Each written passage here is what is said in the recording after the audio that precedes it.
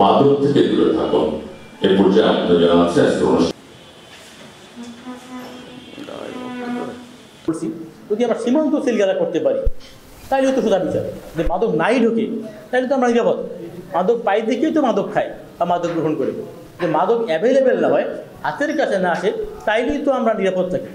আসলে বিষয়টা খোঁজা মোড়ায়, আমরা সীমান্তে বিধি বাড়াই দিলাম, চেকপোস্ট বাড়াইলাম, সব বন্ধ হয়ে গেল। Not that. আমি নিজে সীমান্ত ভিজিট করেছি। সীমান্ত এমন না প্লেন ল্যান্ড না, দেখেন প্লেন ল্যান্ড তাকে দিকে থাকলাম, কেউ আসে দর্জি ধরলাম। সীমান্তের মধ্যে খাল আছে, ওর মধ্যে আপনি ঝোপঝাড় আছে, ছোটো ছোটো পাহাড় টিলা আছে, বিভিন্ন দুর্গম পথ আছে সীমান্তের মধ্যে। বা এক চেকপোস্ট থেকে আরেক চেকপোস্টে গিয়ে ডিউটি করতে হয়। যখন এক চেকপোস্টে আরেক চেকপোস্টে যায় তখন এই ফাঁকে মাদক ব্যবসায়ী ঢুকে পড়ে সুরে মারে।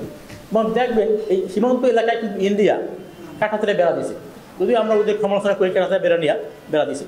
এই বেড়া কিন্তু প্রায় 15-20 ফুটের কম না উঁচু। আমি মাপি নাই, আমি গেছিলাম, 15-20 ফুটের কম না উঁচু বেড়াগুলো।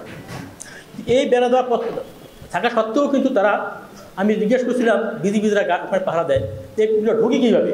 বলে স্যার আমরা তো এই একটু আগাই, এই ওরা তো উৎপত্তি থাকে, লক্ষ্য রাখে, ওরা ছুঁড়ে মারে, গাঁজারটাকে ছুঁড়ে মারে, ইয়াবারটাকে ছুঁড়ে মারে, অপ্রান্ত থেকে এভাবে আসে। এটা এগুলো সীমান্তের কথা। আমার এয়ারপোর্টও ঢোকে।